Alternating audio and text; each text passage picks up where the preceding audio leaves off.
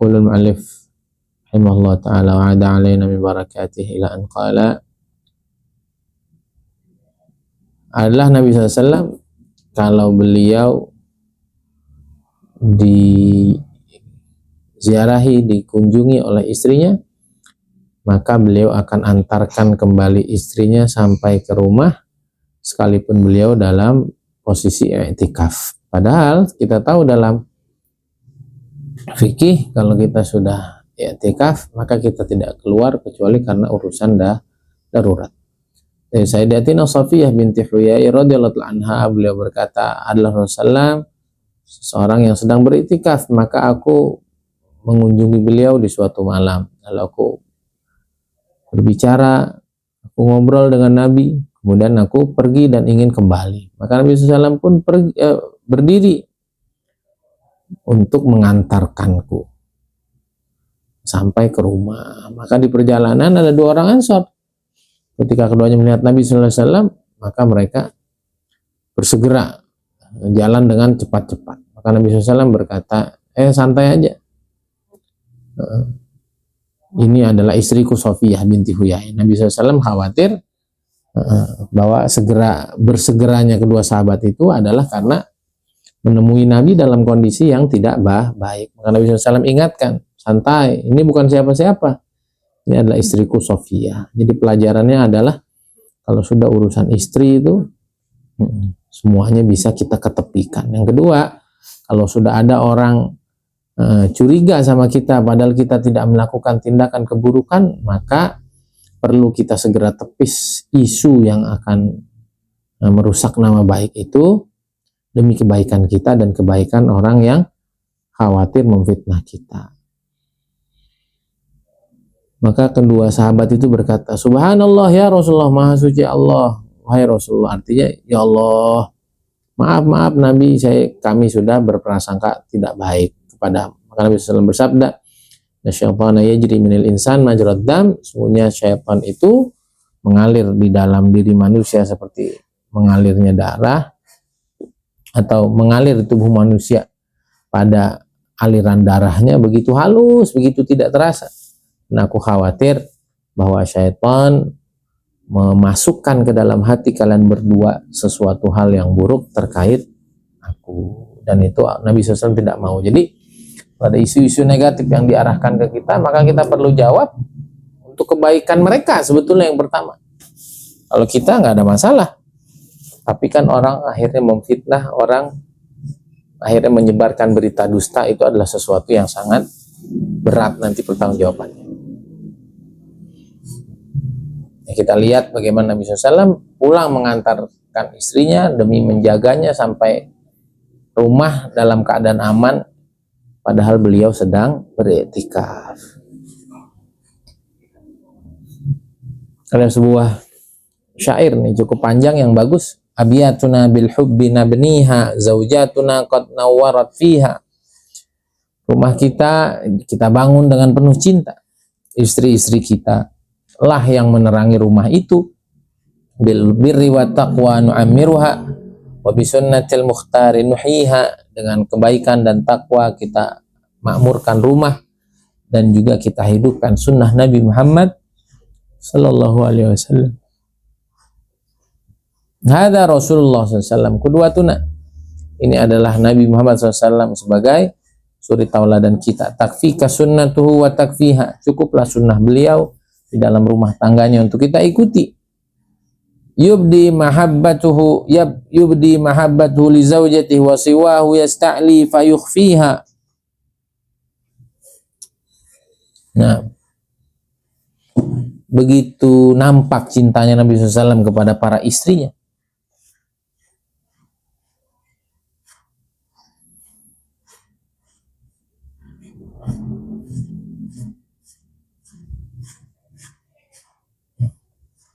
Nah, tapi selain Nabi kadang-kadang bersifat ego,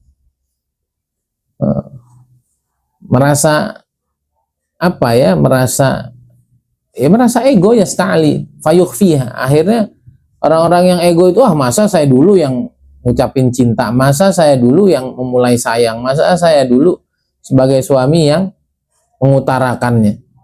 Akhirnya dia sembunyikan rasa cinta itu. Nabi SAW begitu rendah hati, begitu penuh cinta kepada istri-istrinya, sehingga nggak ada ego sama sekali untuk mengutarakan kata-kata cinta terlebih dahulu. Saya juga kadang-kadang bingung itu sama orang. Nggak boleh, kalau ke bawahan, kalau ke karyawan, nggak boleh gampang-gampang muji. Nggak boleh. Apa ya, nggak masuk dalam rumus hidup saya gitu-gitu tuh nyantai aja gitu. Jadi terlalu terlalu kaku gitu. Jadi memberi pujian, padahal Nabi SAW kita lihat, wah muji Sayyidina Abu Bakar, muji Sayyidina Umar, dan itu nggak buat mereka apa? Nggak buat mereka mendongakkan kepalanya. Mengapa? Karena tarbiyahnya lengkap. Ya memang mereka punya kebaikan ya harus dipuji. Malah justru kadang-kadang kalau punya kebaikan nggak pernah dipuji, akhirnya anggap kitanya sebagai diktator, nganggap kitanya sebagai orang yang nggak punya perhatian sama sekali. Nabi SAW nggak begitu. Dia tampakkan cintanya kepada istri-istrinya. Sementara selain Nabi suka bersifat ego untuk memulai mengatakan cinta, nah, lalu mereka sembunyikan perasaan itu. Bidi ayatin minhu yudhahikuha wa bi ajmalil asma yunadiha. Nabi SAW bida'abatin, kok bida'ayat, bida'abatin minhu yudhahikuha. Kadang-kadang Nabi SAW juga bergurau, bercanda, membuat humor, sehingga akhirnya istri-istrinya tertawa. Nah itu lihat. Dan dengan panggilan-panggilan terbaik beliau memanggil istri-istrinya. Qablal khuruji dana yuqabbiluha. Sebelum beliau keluar rumah, beliau akan mendekat istrinya untuk dicium. Zikralaha famuhu ala fiha. Sebagai bentuk kenangan, sebagai bentuk ingatan yang baik. Nanti saat suami sudah berangkat, kelembutan itu, keharmonisan itu, sentuhan itu akan senantiasa diingat. Nabi SAW juga kalau minum dan makan, maka mulutnya akan ada di bekas mulut istrinya di wadah-wadah makan dan minumnya. Mamadda yauman kaffuhu bi'adha bal tilka nab'ul khairi yujriha. Tangannya tidak pernah menyakiti istri-istrinya, bahkan tangan itulah sumber segala kebaikan yang dia alirkan ke dalam kehidupan pasangannya. Sungguh Nabi SAW hidup bersama istri-istrinya dalam keadaan yang baik, gembira, suci, bersih. Karena memang kehidupan Nabi adalah bentuk amaliyah, dari bentuk amaliyah yang sangat detail, yang sangat mewakili, yang sangat representatif dari firman Allah Subhanahu wa taala, wa ashiruhunna bil ma'ruf. Kalau kita ingin tahu isi Quran, maka kita mesti baca sirah. Di antaranya ini ayat Quran yang bercerita wa ashiruhunna bil ma'ruf. Disinilah bentuk nyatanya di dalam kehidupan Rasulullah sallallahu alaihi wasallam, betapa beliau betul-betul menghormati, menyayangi istri-istrinya. Oleh demikian, misalnya bersabda khairukum li ahli, mana khairukum li ahli. Kita nggak heran Nabi berani berbicara seperti ini karena memang betul beliau adalah percontohan rumah tangga yang terbaik. Nabi SAW juga bersabda akmal mu'minina imanan ahsanuhum khuluqa wa khiyarukum linisaihim khuluqa. Terbaik, yang paling kuat imannya adalah yang terbaik kepada istrinya, dan yang terbaik akhlaknya kepada istrinya. Dan itu adalah beliau sallallahu alaihi wasallam. Dan belum pernah diceritakan bahwa beliau pernah memukul wanita, juga tidak pernah merendahkan wanita. Sayyidah Aisyah radhiyallahu taala anhu, beliau berkata Nabi SAW tidak pernah memukul sama sekali wanita dengan tangannya, juga tidak pembantu, kecuali tangannya itu digunakan untuk mukul di jalan Allah. Nabi SAW nggak pernah mukul syai'an qattu, apapun dalam hidupnya. Kita kadang-kadang anak, kadang-kadang macam-macam, ya. Kadang-kadang santri kan. Nabi SAW nggak pernah madarba Rasulullah SAW syai'an qattu walam ro'atan. Nggak pernah mukul, tangannya nggak pernah dibuat mukul yang lain. Ya, siapapun nggak pernah dipukul oleh Nabi SAW. Ya, walam ro'atan, juga tidak secara penegasan wanita nggak pernah dipukul, pembantu nggak pernah dipukul. Nah ini akhlaknya orang-orang pengecut, sikapnya orang-orang pengecut, beraninya sama wanita, beraninya sama anak-anak, beraninya sama bawahan. Ya, Nabi SAW nggak pernah begitu. Illa ayyahidah fisabilillah, tangannya digunakan untuk mengayun pedang di medan jihad fisabilillah. Nah, kita hari ini lihat betapa banyak laki-laki yang berani bunuh istrinya, berani menyakiti istrinya, memukul istrinya, bahkan kadang-kadang dengan alat, dengan tongkat, melempar sepatu dan lain sebagainya. Padahal karena hal-hal remeh itu tadi, karena kepenakutannya, karena kepengecutannya, karena tidak punya akhlak dan adabnya, rusaknya kejiwaannya, sehingga kadang-kadang wanita yang sudah menolongnya, wanita yang sudah membantunya luar biasa, justru dia sakiti. Nah, maka oleh karena itulah Nabi SAW berpesan, la tadribu ima Allah, jangan pernah pukul hamba-hamba wanita Allah.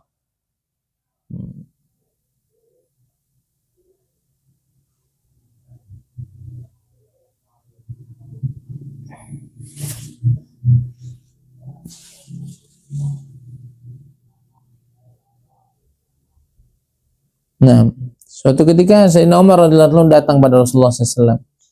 Lalu beliau berkata, wanita-wanita ini udah mulai berani sama suami-suaminya. Maka Nabi SAW memberikan rukhsah, memberikan kebolehan untuk suami-suami itu apa?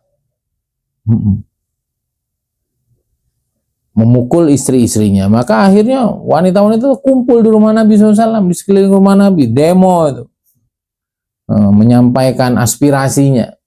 Ya, kalau Nabi SAW, laqad tafa bi ali Muhammad nisa'at katsir yashkuna azwajahunna laisa ulaika bi khiyarikum. Kemarin kalian yang lapor, sekarang perempuan yang lapor. Ini banyak orang mengelilingi rumahku, kata Nabi SAW.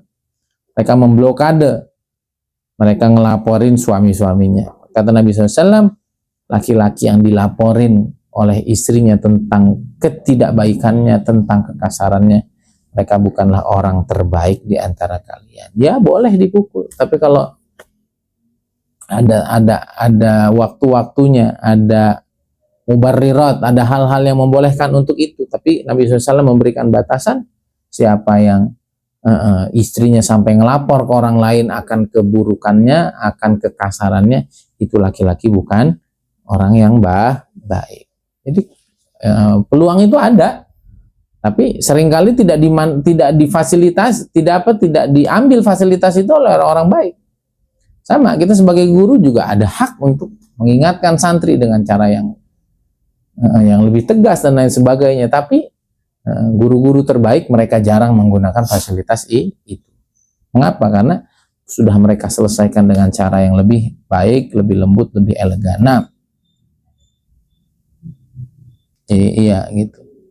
Jadi laki-laki yang memukul istrinya, tidak sabar kepada istrinya bercerita tentang keburukannya, bukan laki-laki yang baik. Oleh karena itulah orang-orang Arab mengatakan, la yukrimuhunna illa karim wa la yuhinuhunna illa laim, yaghlibnal kiram wa yaghlibuhunna li'am. Sungguhnya tidak hanya orang mulia yang mampu memuliakan para wanita, dan hanya orang-orang bejat, hanya orang-orang tercela yang mampu menghinakan dan menindas mereka. Perempuan itu sanggup mengalahkan orang-orang mulia, dan yang sanggup mengalahkan mereka hanya orang-orang hina. Jadi begitu tuh. Nah, nanti kita kalau udah berkeluarga seperti itu, mau nggak mau ngalah sama istri itu, bukan takut. Ada hal-hal kita tegas, tapi di banyak hal kita akan nurut sama dia. Pulang lu, rumah berantakan nih, pulang kita, jangan rumah berantakan, nggak gitu. Pulang nih anak, ini berantem, yang ini numpahin, pulang udah. Itu bentar dulu, gak ada. Jadi laki-laki yang cerdas, laki-laki yang punya hati, laki-laki yang punya nurani, itu nggak bisa itu.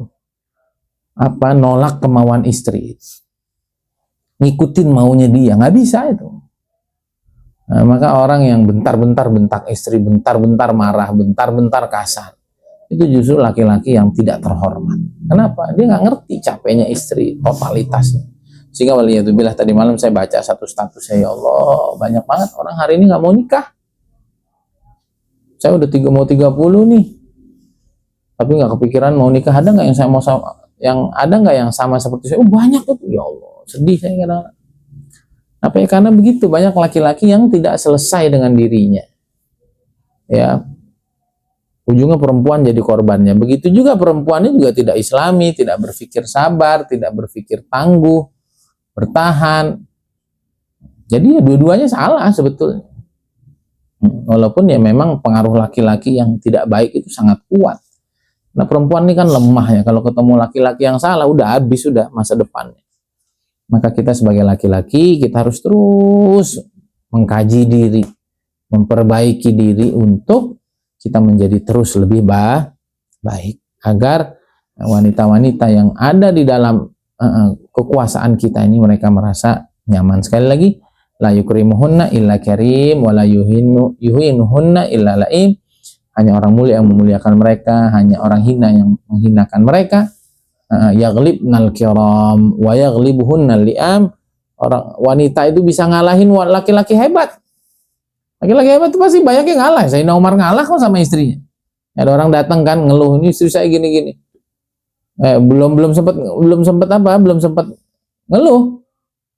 Ternyata Amirul Mukminin juga lagi diomelin istrinya di rumah dan dia diem aja. Wah, Amirul Mukminin digituin, apalagi saya. Akhirnya balik lagi. Nah, begitulah.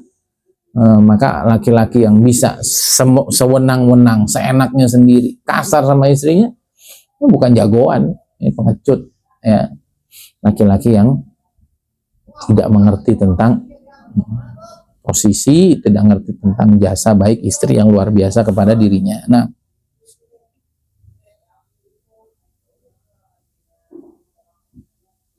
maka Nabi SAW sering kali itu ya, istausu bin nisa'i khaira, ay astausikum bin nisaikum khaira. Aku pesankan betul-betul jaga baik-baik, bersikap baik kepada para wanita.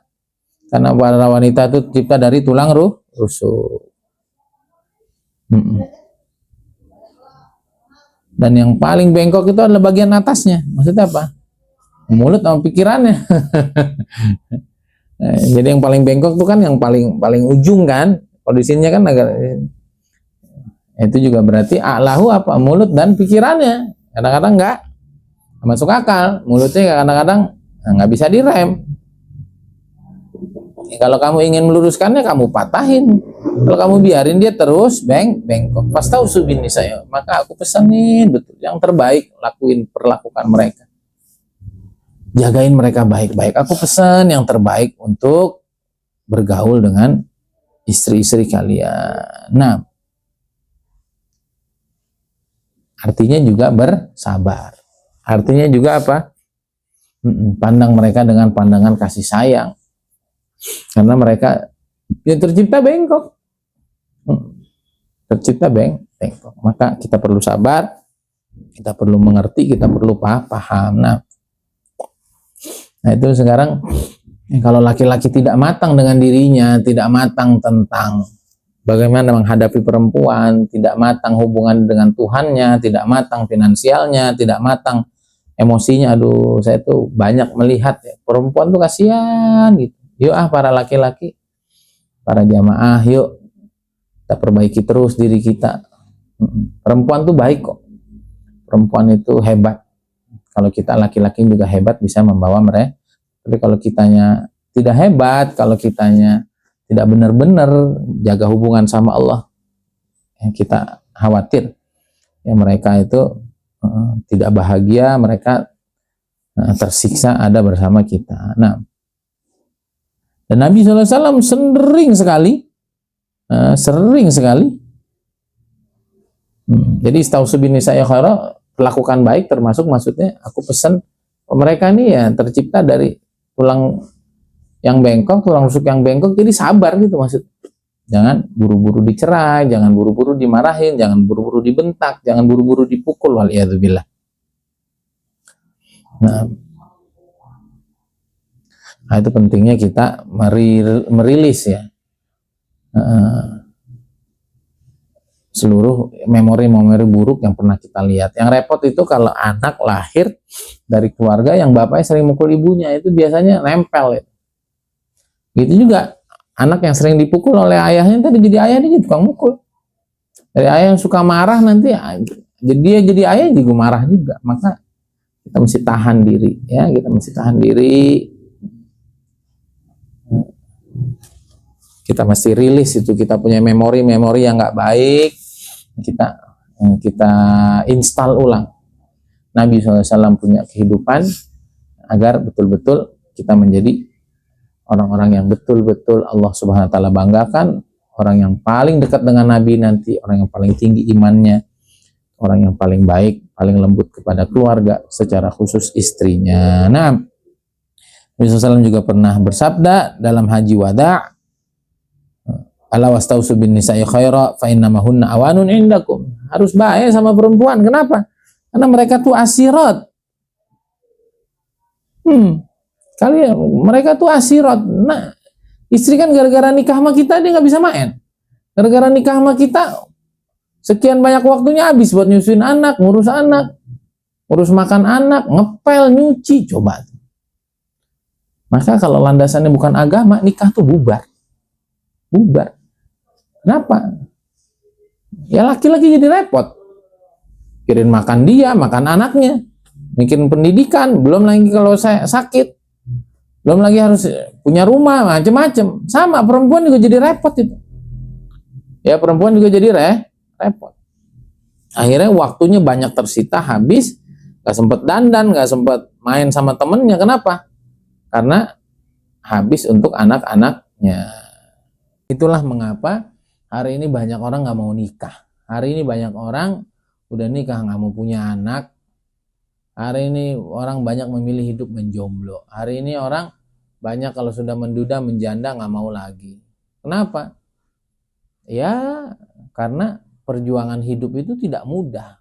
Menjalani bahtera rumah tangga itu tidak sederhana. Maka Nabi SAW sudah berpesan, fazfar bidzatid din taribat yadak. Beruntunglah kamu kalau dapat wanita yang melihat atau yang kelebihannya adalah pada agama. Jadi landasan kehidupannya adalah agama. Tanpa agama nanti kosong nilai itu.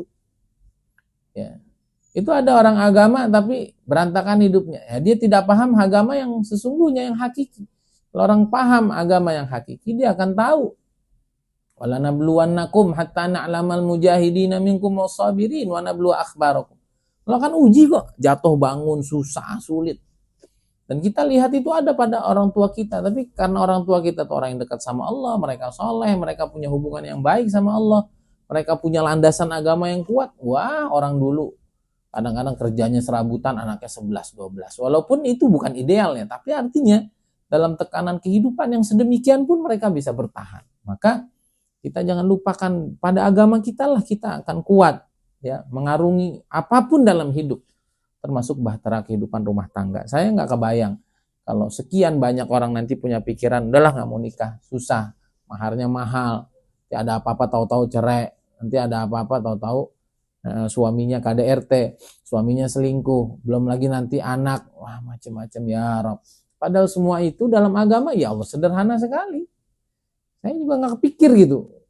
Ada orang tuh yang sangat susah ngejalanin rumah tangga, mau nikah bingung, nyari pasangan bingung. Karena basicnya tidak agama. Kalau basicnya agama, kita akan ketemu wanita-wanita yang solehah, yang sangat kuat. Kita akan ketemu wanita-wanita yang sabiroh, sanggup bertahan dalam kesulitan yang luar biasa. Ya, sanggup dalam dan mereka terus punya harapan-harapan tinggi. Tidak menuntut duniawi dari suaminya, suami juga pandai menghormati, pandai mengerti perasaan istrinya. Anaknya dididik dengan baik sehingga nggak ada kesempatan untuk anak itu durhaka.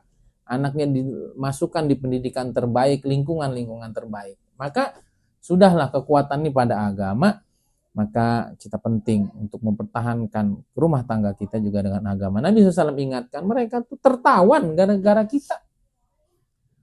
Maka sayangi mereka, sikapi mereka yang terbaik. Nah, ya, mengapa Nabi begitu sering menasehati tentang perihal wanita ini? Karena Nabi SAW tahu tentang kondisi mereka, para perempuan yang memang mindila, dari tulang rusuk yang bengkok. Dan Nabi SAW tahu lelaki dengan kekuatannya, dengan egoismenya, dengan tekanan yang sangat kuat. Kadang-kadang mereka nggak sanggup untuk menahan, mereka punya kekuatan dan emosi sehingga akhirnya menyakiti dan menghinakan para perempuan, wal'iyadzubillah. Termasuk juga Nabi SAW memberikan apa? Memberikan solusi dalam rumah tangga itu seperti apa? Adalah untuk memandang sisi positifnya. Ya, tadi kita kuatkan kita punya agama. Yang kedua, tadi kita pandang bahwa ya mereka tuh memang bengkok. Pasti ada aja hal-hal yang tidak tepat, tidak sesuai dengan kita yang inginkan. Tapi kita ini sebagai orang kuat, kita harus bisa apa tadi? Kita harus bisa menahan diri. Kemudian yang ketiga adalah apa? Kemudian yang ketiga adalah agar kita melihat bagian yang positif dari mereka. Kata Nabi SAW, la yafrik mu'minun mu'minatan, jangan sampai seorang mukmin laki marah kepada mukmin perempuan. In kariha minha khalqa radiya minha akhar. La yafrik mu'minun mu'minatan in kariha minha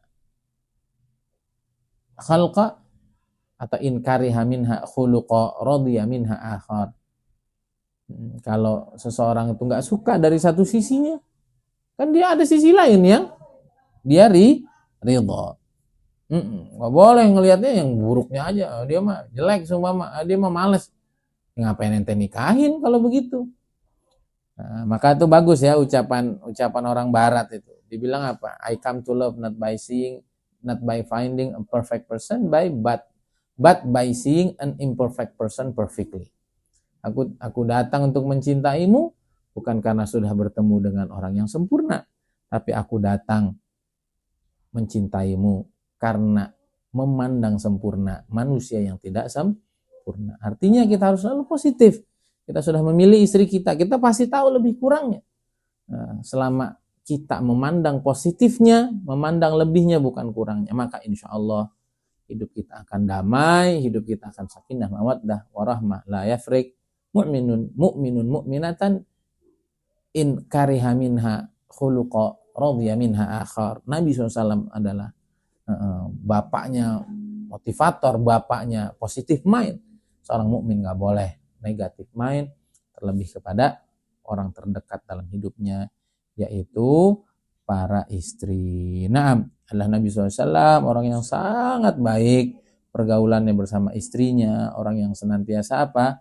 Ceria, orang yang senantiasa ingin memberikan kegembiraan kepada diri istri-istrinya. Nabi SAW duduk bercengkrama dengan mereka, makan bareng, ngobrol bareng, bercanda dengan mereka, musyawarah dengan mereka, mendengar keluhan mereka, mendengar cerita mereka, bersikap loyal dan royal, dan habis-habisan buat mereka, menenangkan hati mereka. Dan Nabi SAW tutup mata dari kekurangan dan kesalahan mereka. Ya Rabb, ya Rabb. Ya, kita tidak sempurna, tapi kayaknya apa yang disebut di sini banyak yang sudah kita amalin. Maka sekarang kita bersyukur sama Allah. Apa aja kitab kita baca, kita tidak sulit memahaminya. Mengapa? Karena sudah bukan teori, dikit-dikit kita amalkan. Ya, saya terakhir bikin rumah nangis itu di Azen, tahun pertama pernikahan. Habis itu nggak pernah lagi, seingat saya. Nggak pernah saya bentak dia, nggak pernah. Karena apa ya? Kalau kita betul-betul merenungi, kita betul-betul sadar, kita mau jujur, waduh, istri kita kalau kita mau bayar pakai tenaga profesional, berapa kita bayar mereka? Untuk kita bayar orang mau nemenin susah kita berapa? Untuk kita bayar orang mau ngelahirin anak kita, ngandung, nenenin, diberakin. Jadi ya betul kata Nabi SAW, orang yang bisa menghinakan, bisa kurang ajar, bisa nggak punya hati sama perempuan itu emang orang bejat. Orang bejat. Karena orang baik nggak mungkin kurang ajar sama istri, itu nggak mungkin. Berat dia, mau bentak, mau marah, mau mukul, mau nyalahin. Akhirnya nyalahin diri sendiri. sama, termasuk orang berani sama anak. Enggak gitu. Saya pernah ceritakan kemarin waktu yang malam Sabtu, kajian pemuda, anak kadang-kadang lari di rumah teriak-teriak, kita marah. Harusnya marah sama diri sendiri, kenapa rumahnya sempit? Nah, anak mah kerjaannya lari, anak mah kerjaannya main, anak mah kerjaannya berisik. Ya kalau dalam rumah ada tamannya, dalam rumah ada tempat mainnya, kan kita nggak keganggu. Ya itu sih tadi, mentalnya juga miskin, badan juga males, pergaulan juga nggak luas, wawasan juga nggak luas. Jadi kita ribet sendiri. So, maka kita harus buka, kita punya wawasan, kita positifkan, kita punya mindset, kita harus jujur, kita harus bersihkan ini diri, kita harus terus tingkatkan ini diri, sehingga masalah-masalah yang orang hadapi kita nggak hadapi. Orang masalah itu datang karena kitanya bermasalah. Kalau kita nggak bermasalah kan nggak. Alhamdulillah, semoga Allah istiqomahkan. Nikahan kita juga sudah tidak muda lagi, sudah 10 tahun saya sama umat. Semoga Allah jaga, dan semua hubungan umat Islam dalam hubungan kekeluargaannya, hubungan rumah tangganya Allah juga jaga. Amin ya rabbal alamin. Nah, Nabi SAW, satu lagi, Nabi SAW, saya ulangi dulu, Nabi SAW orang yang sangat baik dalam bergaulnya bersama istri-istrinya, orang yang sangat ceria, senantiasa ceria, selalu pengen nyenengin keluarganya, nyenengin istrinya, selalu duduk berdampingan dengan mereka, mau makan bareng, ngobrol bareng, bercanda bareng, ya, musyawarah bareng mereka, mendengar cerita mereka, keluhan mereka, royal kepada mereka, membuat nyaman, membuat tenang. Dan kalau mereka punya kurang dan salah, kita tutup mata. Kenapa? Capeknya luar biasa. Saya punya teman itu waktu buat istri aja nggak ada. Dia punya teman tuh ngobrol, apalagi itu begadang. Oh, buat waktu buat orang banyak. Hatta kepada anaknya, kita sedih. Enggak, saya anak istri prioritas buat saya. Anak istri kalau harus dikorbankan buat santri. Yang lain enggak. Yang lain enggak. Jadi kita mesti aware gitu, kita mesti sadar kita nih hidup buat siapa? Orang-orang terdekat kita. Santri suatu saat hilang, masyarakat suatu saat mungkin kita pindah, tapi anak istri nggak akan pernah lupa. Ya walaupun itu tadi ya, santri saya nggak pengen kehilangan santri sampai kapanpun, pengen bersama mereka dunia akhirat, maka kita juga mati-matian. Tapi yang lain nggak, santai aja. Yang lain enggak, kita santai aja. Baik. Nabi SAW senantiasa berpesan untuk keluarga istri beliau itu diperlakukan baik. Tuh lihat, bukan hanya Nabi SAW memperlakukan baik, tapi bagaimana beliau punya istri dan istri-istri ini punya family, itu juga minta untuk dijaga hak kehormatan mereka. Kata Nabi SAW kepada para sahabat, sungguhnya kalian akan menaklukkan Mesir. Itu adalah bumi yang di dalamnya ada, atau bumi yang dinamai Kirot. Kalau kalian sudah menaklukkannya, baik-baiklah sama penduduk Mesir. Fa innalahum dhimmatan warahima au qala dhimmatan wasihra. Karena orang Mesir itu masih punya hubungan pernikahan, masih ada hubungan kekerabatan, masih memiliki kehormatan yang harus kalian jaga. Apa maksudnya dhimmah di sini? Kehormatan dan hak. Ya mereka tuh manusia. Mereka tuh orang yang harus kita hormati, kita jaga haknya. Kemudian yang kedua, mereka tuh punya rahim. Mereka masih ada hubungan kerabat sama kita. Karena Siti Hajar itu orang mana? Orang Mesir. Jadi ibu Nabi Ismail itu, Siti Hajar itu adalah minhum, adalah dari kalangan ahli Mesir. Dan masih ada hubungan pernikahan, maksudnya karena Maryah Kibtiyah Ummu Ibrahim, ya, anak Nabi SAW itu juga orang Mesir. Nabi SAW begitu menjaga bukan hanya istrinya, tapi keluarga besar istrinya, bahkan negara besar istrinya. Tolong jaga baik-baik, di sana masih ada hubungan sama keluarga saya. Gimana tuh kalau habaib dikurang ajarin? Gimana tuh kalau para sadah, para syurafa mereka pada dikurang ajar. Ya, ini negerinya aja dijagain sama Nabi SAW. Karena Siti Hajar dari sana, karena Maria Kiptiah juga dari sana. Semoga manfaat, semoga kita semakin Allah benahi kehidupan kita sehingga hidup ini nggak ada masalah, sehingga kita bisa menyikapi semuanya dengan sangat positif, sehingga hasil yang Allah berikan dunia akhirat positif. Allah jaga kita dari segala kemaksiatan, dari segala keburukan, dari segala kebejatan dan kedurjanaan di zaman yang luar biasa fitnahnya ini. Kita doa sama Allah supaya Allah jadikan kita tetap seperti susu yang khalisan sa'igha, bersih secara warna, bersih secara kualitas, masih menyegarkan walaupun di sampingnya ada kotoran dan darah. Allah Maha Kuasa, kita doa, ya Allah jadikan hamba betul-betul terselamat dari segala fitnah ini. Bagaimana Engkau memberikan pelajaran bahwa susu pun bisa terus murni sampai hari ini.